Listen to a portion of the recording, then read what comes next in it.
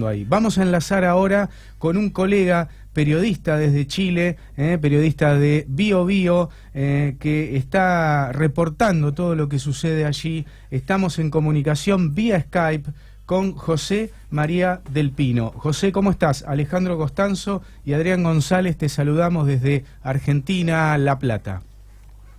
Hola Alejandro, hola Adrián, ¿cómo están? Muy buenas tardes. Bueno, buenas tardes, José. Bueno, mira, estábamos charlando, informando sobre esto que consideramos que es una forma de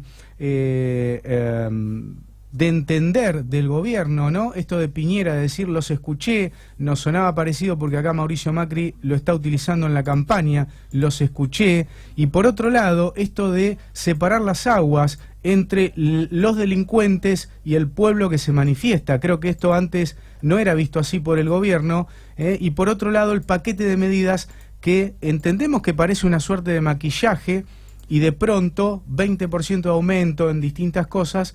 Parece que había recursos para haberlos dado en otro momento y no en esta situación. ¿Cómo están evaluando todo lo que pasa allí desde Chile, José María?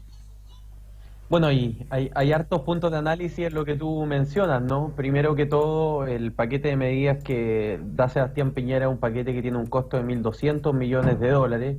1.200 millones de dólares que en estricto rigor Chile los tiene. Chile tiene reservas por 51.000 millones de dólares en el extranjero, que viene además ese paquete de medidas adosado a un impuesto a lo que se han denominado los super ricos, el 1% superior de la sociedad que gana más de 20.000 dólares por mes. Se les va a aumentar la tasa impositiva del 35 al 40% como medida también de redistribución, y el país tiene que enfrentar en el fondo y asumir que esta regla de estructura fiscal que siempre se ha tenido y que ha sido muy ortodoxa no necesariamente tiene que corregirse, es decir, es sano y es bueno para la economía gastar lo que tienen, sino que lo que hay que hacer es redistribuir las prioridades y las urgencias políticas de ese presupuesto. El presupuesto chileno se va reajustando, cambios más, cambios menos todos los años, pero desde un mismo esqueleto. Y lo que se le ha planteado al gobierno es que ese presupuesto hay que empezarlo desde cero, es decir, esqueleto cero. Volvamos a ver cuáles son realmente las urgencias sociales y dónde hay que poner los 80.000 millones de dólares de presupuesto de la nación para que realmente la ciudadanía sienta que este progreso macroeconómico que tiene Chile, que es un progreso innegable, si los índices están ahí, habría que ser míope, también se reparte entre la ciudadanía, que no bastó simplemente reducir la pobreza de un 50 a un 11%, sino que lo que ahora esa nueva clase media que salió de la pobreza quiere es progresar, es seguir avanzando y no quedarse estancados en la vulnerabilidad de un sistema que ellos creen no los protege. José María, ¿cuál es la situación hoy en Chile, ahí en Santiago de Chile y en otras ciudades del país? Hoy día tenemos una multitudinaria marcha, una huelga general convocada, y aquí quiero hacer el contexto porque siempre es bueno, sobre todo para los medios internacionales. En Chile no existe la cultura del sindicalismo, de los grandes gremios, la asociatividad es algo que en Chile no está inculcada en la cultura laboral. Los gremios tienen poquísima representación, el porcentaje de afiliación a los sindicatos es voluntario, por tanto es muy bajo. Si esta huelga general se hubiese convocado en otro contexto, seguramente hubiese tenido una adhesión muy baja, porque ha ocurrido en el pasado. Pero en este momento es multitudinaria, porque yo te doy el ejemplo, si yo ahora estoy en casa, vine a descansar un rato, han sido noches de toque de queda también muy intensas de cobertura.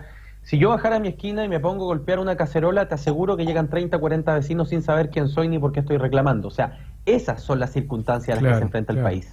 Claro. Esto también se está hablando de lo que es el manejo de la información en Chile, ¿no? La concentración en muy pocas manos y, bueno, y también la manipulación que está habiendo de esos medios, pero gracias a periodistas independientes y medios independientes, este casi bloqueo de la información se rompe, ¿no? Esto es lo que sucede.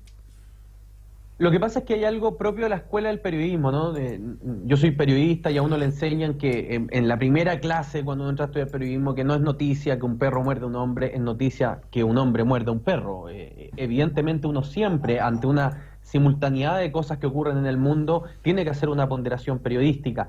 Por eso yo no critico que se informe que hay desmanes y que se informe que se incendian edificios. Lo que critico es que cuando de 24 horas de cobertura tú le dedicas 23 horas y 59 minutos a los desmanes y a los disturbios, lo que estás diciendo es que hay no hay nada más detrás, estás invisibilizando la realidad. Otras cosas. Y la realidad era tapando, que claro. estas cosas que estaban ocurriendo y que efectivamente estaban causando miedo en nuestros barrios de Chile, estaban lamentablemente invisibilizando Ajá. la gran manifestación ciudadana de millones de chilenos en paz, con alegría, que estaban reclamando no necesariamente cambios estructurales de modelo. Yo creo que acá en Chile no hay espacio, por ejemplo, para una discusión de volver a un sistema económico más proteccionista o de sesgo keynesiano, sino sentir el bolsillo un poco más lleno. Hoy día salió la encuesta Ipsos sobre el fenómeno y el 70% de los chilenos reconocen que el origen de esto es que vivir en Chile es caro y la plata no alcanza. O sea, también es una necesidad muy pragmática, muy cotidiana en el fondo del día a día.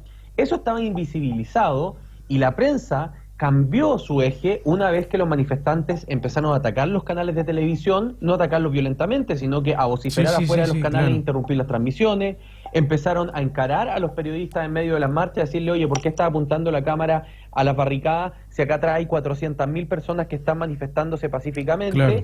Y la prensa empezó a cambiar ese frame comunicacional. Una vez que ese frame se acaba, a Piñera se le acaba el discurso de la guerra, porque la ciudadanía ya no lo estaba viendo en la tele. Entonces no le quedó más que pasar del discurso de la guerra al perdón, que fue lo que nosotros vimos anoche. Claro, esto es visto de modo político, lo han doblegado al presidente, nada más ni nada menos que el pueblo, ¿no? Esto que en primera instancia no lo quiso ver así, lo quiso ver como una guerra, ¿no? Después trascendió el audio de su mujer hablando de esta especie de invasión alienígena que uno no podía comprender a qué se refería, pero sí cuando decía, vamos a tener que ceder nuestros privilegios. Y esto tiene que ver, lo que anunció ayer Piñera, con esto que decía la mujer de él, vamos a tener que ceder nuestros privilegios. Me da la sensación de que no hay conformidad total de parte de la ciudadanía que reclama, porque sigue pidiendo que Piñera deje el poder. ¿Es así? A ver, partamos del diagnóstico de que este es un ataque completo contra la clase política. Aquí fallaron 29 años de gobierno post-democracia, que si bien avanzaron y le dieron estabilidad económica al país, quizás no avanzaron en una protección social al ritmo de los tiempos que implicaba el crecimiento económico del país. Y la política fue a 50 kilómetros por hora cuando el país iba a 200. Entonces, claramente, siempre fue reactiva y nunca anticipó la jugada, nunca detectó ese malestar. Pero, sin embargo, el tema con Piñera no es que lo responsabilicen a él de esta falta de recursos o del encarecimiento de la vida. Michelle Bachelet subió el doble el metro de lo que, durante su mandato se subió el doble, porque no lo suben los presidentes en Chile, lo sube un equipo que está mandatado por ley, que es un panel de expertos para calcular distintas variables y determinar cuánto tiene que costar el transporte. Pero a Bachelet le cayó encima el informe del panel de expertos con un aumento de 70 pesos en total durante su gobierno y no le pasó nada. Eso también tiene una explicación sociológica respecto a cuál es la generación que ahora está protestando y que no estaba antes. Pero el problema de Piñera es que su manejo de la crisis ha sido una comedia profunda de errores, con un equipo, con una orquesta que no da el ancho, que no toca bien música, que no sabe componer y con él totalmente perdido. A tal punto que en este momento, en el Palacio de la Moneda, está el rector de la Universidad, Diego Portales, uno de los intelectuales de la izquierda liberal más connotado de este país. Se había transformado en una especie de gurú de la socialdemocracia chilena, y Carlos Peña está reunido en una reunión privada con el presidente, y está reunido para aconsejarlo. Es decir, un tipo que ve a un presidente haciendo agua, no le queda más que ir a la Moneda, porque él es muy respetado en el fondo, a decirle, presidente, usted está cometiendo un error garrafal. La ciudadanía hoy en día, ¿qué le exige a Piñera para salvar el gobierno? Le exige sacar a quienes tienen que implementar la agenda social. Si el problema es que la agenda incluso le puede gustar a la gente. Yo he escuchado a vecinos, me dice, oye, 350.000 se va a subir, no deja de ser, ¿no es cierto?, un 18% salario mínimo de inmediato, la pensión un 20%, se van a gastar 1.200 millones de dólares en todos nosotros. Ok, uno puede discutir si la solución era de ese corte liberal o si la solución debió haber sido más progresista. Lo que está claro es que al menos se escuchó lo que la gente estaba reclamando. Pero los intérpretes para aplicar este libreto son los mismos que hicieron esta comedia de errores y que primero implementaron la política de la indolencia primero, con sus declaraciones desafortunadas durante las semanas anteriores, y después la política del garrote, con la mano fuerte contra la delincuencia. Entonces, ese gabinete, si quiere salvar al presidente, yo digo si quiere salvar porque esta crisis no está resuelta de ningún motivo, si lo quieren salvar, tienen que renunciar todos. Y el presidente verá con quién se queda y quién se va. ¿Qué tal, José Adrián González? Te saluda, ¿cómo te va? Hola, ¿qué tal, Edith? Te pregunto por las cifras actuales de muertes, de desaparecidos, de heridos, de privados de su libertad, teniendo en cuenta las imágenes, los videos que nos llegan aquí a Argentina, que nos hacen recordar a las épocas más oscuras, más tristes de nuestro país, como fue la dictadura militar, los carabineros disparando a sangre fría, en las calles desapareciendo a la gente en las mismas camionetas. Contanos cuáles son las cifras actuales que manejas vos. Sí, parte de las lecciones que aprendió Chile tienen que ver con haber generado un par de instituciones autónomas para que nunca más se vuelvan a repetir los episodios de la dictadura. Y ha cobrado especial relevancia el Instituto Nacional de Derechos Humanos, que tiene un directorio pluralista y que está muy desplegado en las calles, y uno se lo agradece, con una chaqueta amarilla y marcan bastante presencia. Según el INDH, en su último informe, en Chile hay en este momento 2.138 personas detenidas, en regiones 1.240, mujeres 239, hombres 770, niños, niñas y adolescentes 169. En Santiago 898 detenidos, mujeres 168, hombres 587, niños, niñas y adolescentes 74. Hay un total de 376 personas heridas producto de las manifestaciones, pero heridos por arma de fuego, es decir, por acción de agentes del Estado, son 173. Muertos por agentes del Estado son 5. Los percutores de esos tiros están siendo formalizados por el Ministerio Público. Lo digo también para ponerlo en contacto. Las imágenes son violentas, estamos en un estado de excepción constitucional, están los militares desplegados, pero aquí no hay una dictadura porque no están todos los poderes del Estado concentrados en Piñera. Entonces tiene frenos y contrapesos muy poderosos. Y ya hay militares formalizados por los abusos. Creo que en cierta parte algo aprendimos la lección de lo importante que era tener siempre instituciones del Estado autónomas que pudiesen resguardar los derechos humanos de las personas. De hecho, el Instituto Nacional de Derechos Humanos ha puesto 9 recursos de amparo, que es una herramienta constitucional para resguardar los derechos civiles y constitucionales de las personas, y ha puesto 35 querellas criminales contra los responsables de apremios ilegítimos, algunos casos de tortura y, por supuesto, los homicidios en manos de la gente de Estado. Sí, yo estuve escuchando que ya se hablaban de delitos de lesa humanidad o de considerar de alguna forma el accionar tanto del gobierno como de las fuerzas militares como delitos de lesa humanidad. ¿Es un contexto tal? Es que en estricto rigor, si uno va ya al análisis académico de esta circunstancia, cuando un agente del Estado le dispara a un ciudadano y lo mata sin debido proceso, sí, claro, sin sin haber sido procesado, porque en Chile tampoco existe la pena de muerte, tampoco que el Estado te pueda matar, no existe, no hay espacio. Tú estás frente a una violencia ejercida por un agente del Estado y por tanto una violación de derechos humanos. Una tortura es un crimen de lesa humanidad aquí y en cualquier parte del mundo por tratados internacionales. No estamos diciendo, y ahí tenemos que ser responsables, porque también a esta olla a presión tenemos que ponerle un poco de contención, que Piñera está diciendo maten a los chilenos o el ministro del Interior diga hay que matar a tiros. No, ellos crearon las circunstancias de excepción para que una tropa de desquiciados de repente creen que tienen un poder infinito y puedan atentar contra la ciudadanía.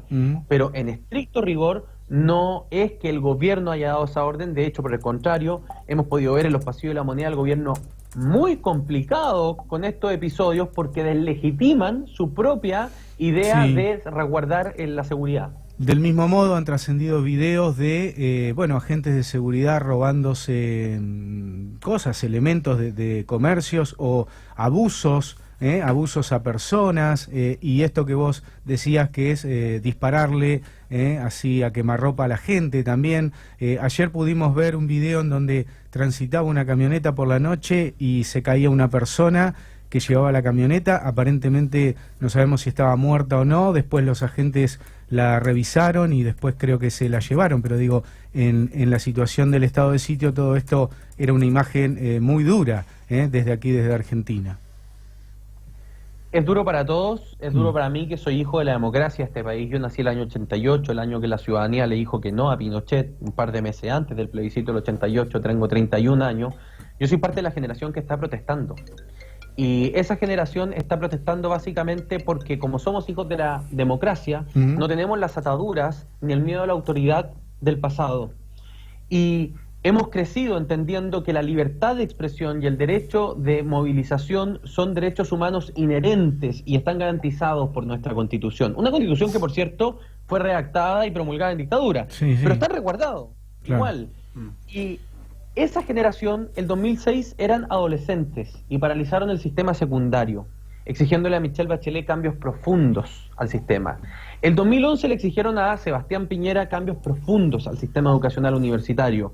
Un 70% de los chilenos hoy, el 70% de los chilenos de menores recursos hoy estudia gratis en las universidades del país. Podemos discutir si se debió haber partido por invertir esa plata en la estimulación temprana, en la sala cuna, en los niños, porque al final la universidad solo está replicando las desigualdades que tiene el sistema de origen. Pero estudian gratis. Y esa generación hoy en día son padres de familia, tienen hijos pequeños, son parte de la clase media emergente, que se da cuenta lo que cuesta vivir en esta sociedad, lo que cuesta llegar a fin de mes. Los sueldos, bienes y servicios no están de la mano. Nosotros tenemos bienes y servicios a lo mejor de primer mundo, yo no te lo voy a discutir, hay excelente calidad y tenemos de todo, pero tenemos sueldos Pero tienen de sueldo, país claro. subdesarrollado. Sí, sí, sí. Exacto, Sí, entonces sí. no hay cómo pagarlo. Al final ese es el gran problema, ese es el meollo del asunto. Y durante 29 años no lo vimos venir, no se avanzó en mayor protección, no se avanzó en distribuir esta riqueza que el país estaba generando, y hoy en día lo que el país dice es, nos cansamos de este abuso y que haya un grupo de élite que no solo tiene un trato distinto económico, sino que además tiene un trato distinto judicial, tiene un trato distinto en esto, en Privilegios. esto otro, y Privilegios. esos abusos nos aburrieron. Claro. ¿Y hay alguna implicancia que no se hayan juzgado a las Fuerzas Armadas de la dictadura en Chile de la misma forma que pasó aquí en Argentina, que es un estandarte, una bandera en cuanto a la lucha en los derechos humanos por lo que fue la última dictadura militar? A ver, yo creo que el gran problema es que acá en Chile no se juzgó a Pinochet. Está Punta Peuco y otras cárceles de alta seguridad del país llenas igual de militares, y el resto murió. Y yo creo que, honestamente, que nuestra generación asumió que está muerto y que vamos a tener que vivir con el dolor y encontrar la paz a ese dolor, al dolor de no haber visto la justicia material. Para quienes creemos, esperamos que la justicia se haya dado en otra esfera, ¿no es cierto? Pero Sí. ya está. Lo que no queremos, y aquí no hablo como periodista, pues, haciendo el análisis, lo que no queremos es ver a nuestro país nuevamente ocultándonos información, Claro. tapando estos y que nos enteremos 17 años después de los vejámenes que ocurrieron. Si yo soy periodista porque creo profundamente en la libertad. Y aquí se está coartando libertad, entiendo, dentro de un marco constitucional.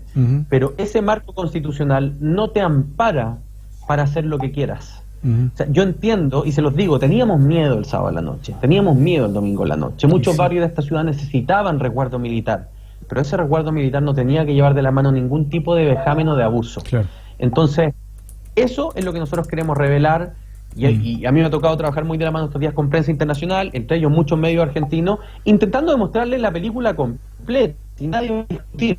Hay grupos que desestabilizaron esta ciudad, que atacaron muy curiosamente y muy estratégicamente algunos lugares de Santiago, pero que no son la mayoría y que solo han empañado un profundo malestar social que se está expresando de una manera muy pacífica y muy alegre. José María, hablábamos ayer con el analista internacional, politólogo Atilio Borón, y él nos expresó una idea que cree que lo que está pasando en Chile, lamentando obviamente las muertes, los sucesos que son realmente irreversibles, pero que esto sin dudas va a marcar un punto de inflexión en la región. Y va a traer, entre comillas, aire fresco para gobiernos más progresistas. ¿Cómo lo ves vos? Yo no lo comparto, para ser honesto, porque el problema en Chile no es ideológico. Si uno sale a la calle, hay votantes de Piñera, de Bachelet, hay votantes de todo. Aquí tampoco le creen a la izquierda. La izquierda ha dado bote. O sea, no han entrado en una mazmorra intelectualoide que la ciudadanía no entiende nada, pero nada. Estos tipos están hablando de una esfera académica, de un lenguaje académico, en un metalenguaje absolutamente incomprensible. O sea, tampoco tienen legitimidad. Y yo tampoco creo, objetivamente hablando, que la ciudadanía no crea que el modelo de desarrollo en materia económica no le trajo riqueza a Chile. El reclamo es que no la repartió.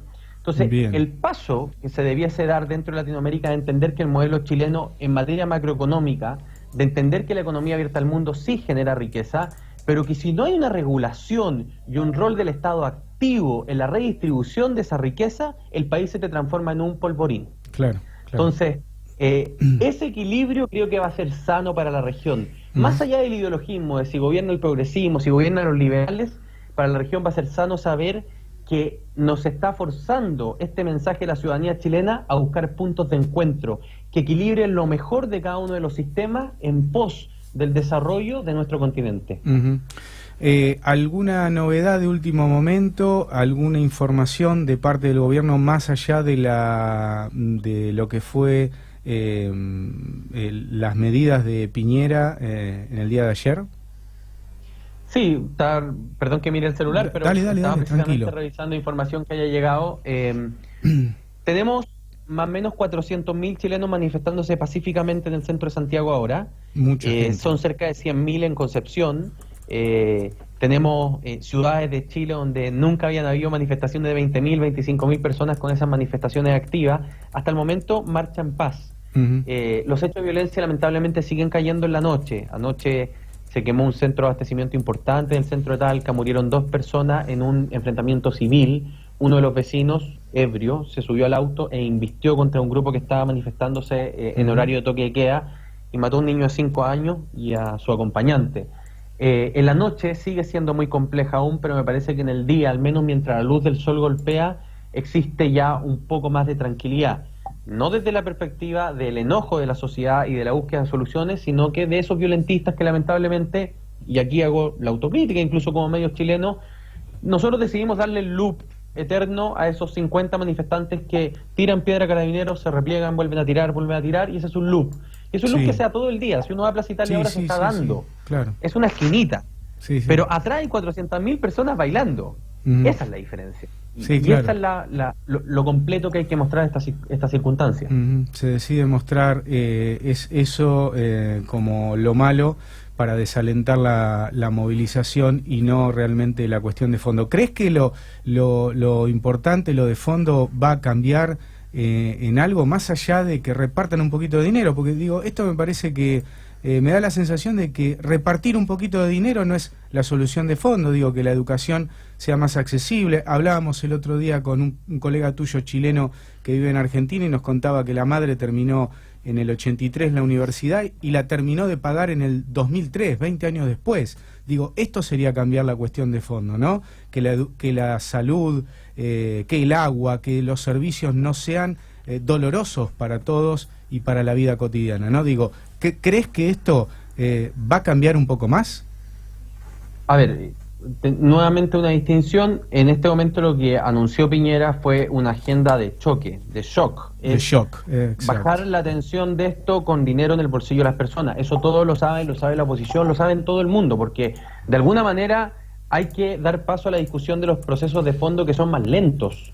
Y que si uno no los va a resolver en una semana, no los va a resolver en 2 meses, los va a resolver en un tiempo que va a ser un poco más prolongado, pero esta situación no se puede sostener. Entonces, lo de anoche es la agenda corta de Piñera, es decir, vamos a inyectar 1.200 millones de dólares en un sinfín de cosas y lo vamos a hacer de tales o cuales formas. Vamos a bajar el alza de las tarifas del 9,7% en electricidad, ya dimos marcha atrás con el metro, vamos a aumentar las pensiones en un 20%, las pensiones asistenciales, vamos a subir el ingreso mínimo a 350.000 pesos chilenos, y de hecho lo va a dejar liderando Latinoamérica en ingresos, pero da lo mismo porque los precios en Chile no son de Latinoamérica.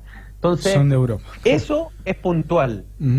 El problema de fondo es a esta mesa que ha convocado Piñera para hacer el acuerdo de unidad nacional para entregar las reformas estructurales. Y ahí vamos a tener que ver quién se pliega a ese llamado. La intención del presidente es que ahí participen no solo políticos, sino que representantes de la sociedad civil, fundaciones que en Chile están muy validadas, como el Techo, como la Teletón, como Junto al Barrio, que hacen trabajos territoriales muy potentes, que participen también representantes de los gremios y que sea una gran mesa de diálogo cuyas conclusiones generen lo que va a tener que ser el programa de gobierno de la segunda mitad de Piñera. O sea, el gobierno de Piñera, y se lo digo así, terminó el viernes.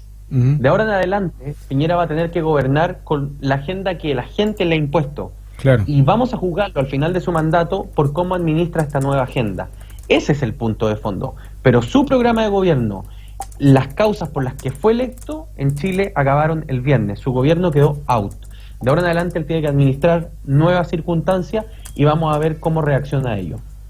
Bueno, eso realmente es un punto importante, digo, para Chile y para toda la sociedad, ¿no? En donde se ha invertido la situación de poder del gobierno y en donde el gobierno ahora está expectante de la ciudadanía, ¿no? Adrián, ¿qué tenías para...? ¿Crees que esta es la punta del iceberg para que se termine el neoliberalismo o es un momento de transición, de reconfiguración de fuerzas? Digo, teniendo en cuenta que siempre Chile fue el ejemplo para el resto de los países de la región. Yo creo que el sistema económico liberal de mercado en Chile es un poco indestructible, porque efectivamente es muy poderoso.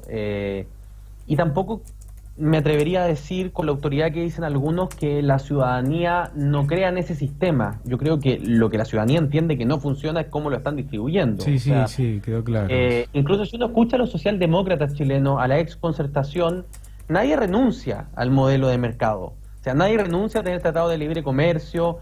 El ataque es, y ahí está el error garrafal de la derecha chilena, es no entender que cuando tú tienes mercados con pocos competidores y se coluden, ellos no son los que tienes que proteger, son enemigos del mercado. Sí, sí. Al final, todo aquel que atente contra la fortaleza del poder de compra del consumidor en este sistema es enemigo del mercado. Pero aquí se ha protegido o se ha hecho la vista gorda frente a abusos que se debió haber combatido con mucha fuerza si lo que se quería era entregar el mensaje de que el mercado era un gran sistema económico para el desarrollo del país. Yo me diría más bien que aquí hay una ecuación de sentir que el dinero no llega al bolsillo, más una sensación de abusos con una élite que ha gobernado este país y que parece tener un trato diferencial al resto de los ciudadanos. Yo te voy a dar un ejemplo. La polución del papel higiénico en Chile, que tuvo una multa de 20 millones de dólares, pero que afectó el bolsillo de los chilenos en 480 millones de dólares, que fue irrisoria, se condenó con eso, con una multa de 20 millones de dólares. Si a alguien lo pillan en la calle vendiendo un libro pirata, se va en cana 3 años, por lo menos. Cuando Delano y Lavín le financian la campaña política con boletas truchas a la UDI en Chile, el dictamen del juez fue mandarlos a clases de ética. Pero si alguien evade el Transantiago, si no paga la micro y no paga la multa, se puede ir preso.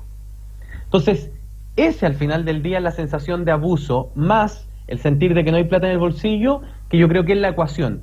Y ahí se construye un paraguas. Ese paraguas en este momento sirve para todas las consignas que te imagines, por eso que nosotros tenemos que hacer mucha reserva respecto a la información que recibimos. Es difícil interpretar el sentir de la mayoría, es difícil interpretar cuál es el camino final a esto, es difícil interpretar la información que está llegando. Nosotros no hemos podido cotejar, por ejemplo, que hayan personas efectivamente desaparecidas, y sabemos que la información está dando vuelta, pero por más que hemos buscado, y estamos haciendo mucho esfuerzo por buscarlo, no lo hemos encontrado. Entonces, estamos en una época con mucha información dando vuelta, que yo creo que un análisis más moderado lo vamos a poder hacer quizás en un par de meses después.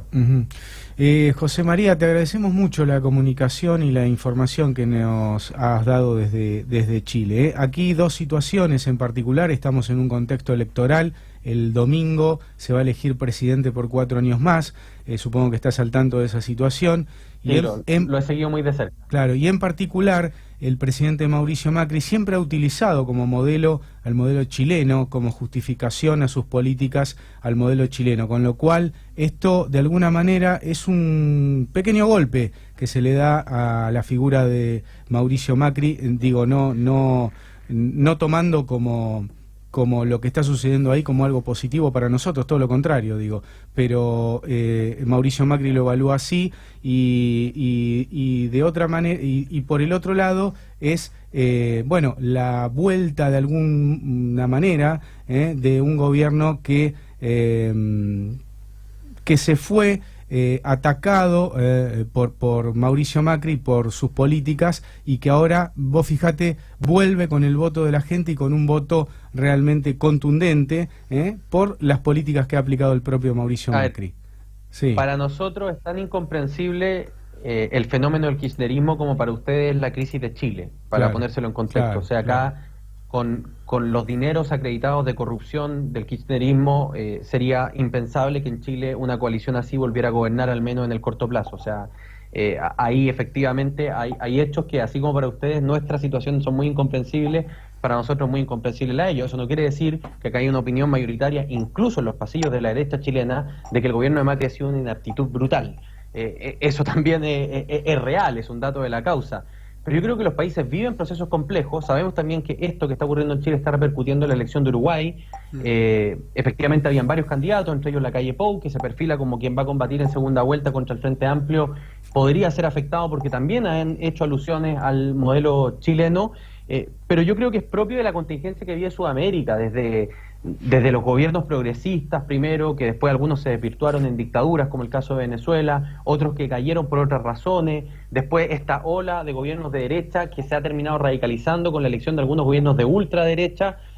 Sudamérica siempre vive procesos complejos. Yo soy un convencido que mientras no haya justicia, no va a haber paz y no vamos a tener procesos políticos calmos. Pero la justicia y la paz van de la mano. Solo hay justicia y cohesión social, solo hay paz y cohesión social cuando la gran mayoría de la ciudadanía tiene una sensación de justicia en su día a día, en su cotidianidad. Yo creo que en Sudamérica aún estamos muy lejos de construir esa sensación de justicia plena. José María, gracias, hasta otro momento, ha sido muy amable. Que estén muy bien. Bueno, ha sido un placer conversar con ustedes. Igualmente. José María del Pino, periodista chileno de Bio Bio, bueno, nos ha informado